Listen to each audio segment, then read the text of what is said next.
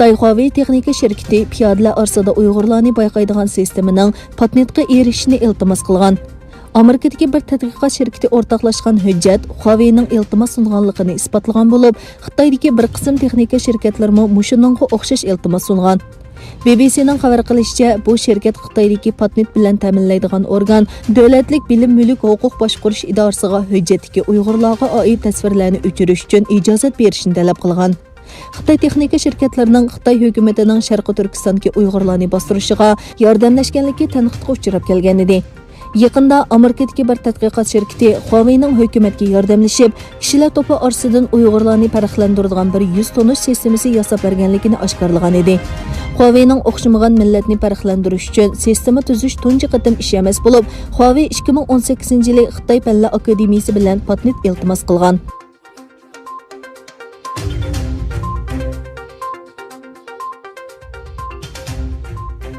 Amerika uzundan buyon Xitoyning zulmiy va talon-taroj qilishiga uchragan Sharqi Turkistondan paxta va pomidor import qilishni to'xtatishni qaror qildi.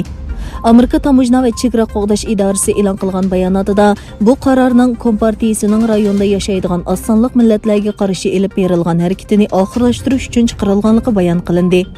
Tamojna xodimlari majburiy emgak bilan ishlab chiqarilgan deb gumon qilingan barliq mahsulotlarni Sharqi Turkistonga ta'minlash zanjiridan chiqarib etish uchun tadbir qo'llanganligini bayon qildi. Dunyodagi eng chong paxta bilan ta'minlaguvchilarning biri bo'lgan Sharqi Turkistondan paxta importining cheklanishi dunyo savdosiga ko'rinarli ta'sir ko'rsatganligi ilgari surilmoqda. Washington hukumati ilgari bir qism shirkatlarning Sharqi Turkistonda ishlab chiqarilgan mahsulotlarni import qilishni cheklagan.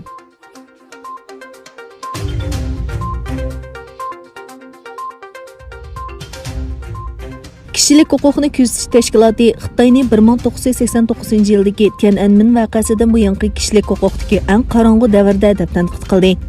Kishilik huquqni kuzatish tashkiloti tarafidan e'lon qilingan 2020-yillik Dunyo kishilik huquq dokladida Xitoyning Uyg'ur avtonom rayoni, Ichki Mo'ng'ul va Tibet avtonom rayonlaridagi millatlarga tutgan pozitsiyasining yomonlashganligi, Hong Kongga bo'lgan besimining kuchayganligi va Xitoyning yangi tipdagi Wuhan virusining yuqum ahvolini yoshirganligi o'tirg'a qo'yilgan. Beijing hukumatining Xitoy Kompartiyasiga bo'lgan sadoqatmanligiga kafolatlik qilish uchun ko'rsatgan besimning butun mamlakatga cho'nqurlashganligi ta'kidlangan dokladda Sharqi Turkistonda yashaydigan Uyg'urlarni xohlagancha tutib turish, majburiy emgakka silish va keng ko'lamli nazorat qilish faoliyatlarining davom qilayotganligi o'tirg'a qo'yilgan. Dokladda yana yerlik ma'arif organlarining 2020-yili 9-oyda Mo'ng'ulchaning o'rniga Xitoy tillik ma'arifni majburiy yo'lga qo'ygandan keyin Ichki Mo'ng'oliyada namoyish o'tkazilganligi, Tibet rayonidagi doiralarning din, fikr, harakat va yig'ilish erkinligini cheklaganligi ko'rsatilgan.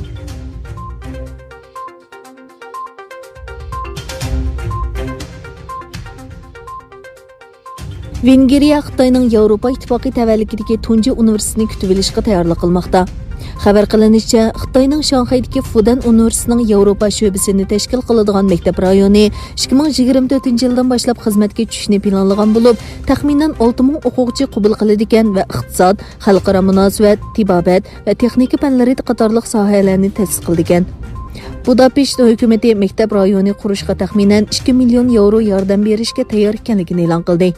Lekin yaqinqi yillardan buyon Xitoyning O'rta va Sharqiy Yevropaga solgan mablag'ini ko'paytirib, ilm-fan sohasiga ta'sirini kengaytirishi va Yevropa universitetlarida 100 dan ortiq Kongzi instituti ta'sis qilishi andisha paydo qilgan. Tanqid qiluvchilar Xitoy Kommunistik partiyasining ilmiy organlariga qarata kuchli ideya kontrolligi o'rnatganligini ilgari surmoqda.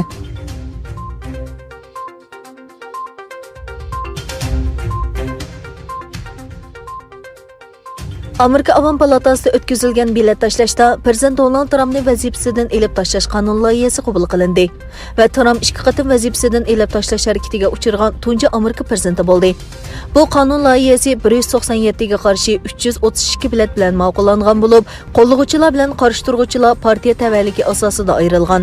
Lekin parlamentda 222 Demokrat partiyasining vakili bor. Cumhuriyetchilar partiyasining 10 parlament a'zosi bilet tashlab bu qarorni qo'llagan. Bilet tashlashdan keyin e'lon qilingan sinliq uchurda Trump bu vaqtda to'xtalmagan va 6 yanvar parlamentga qilingan hujumni ayblagan.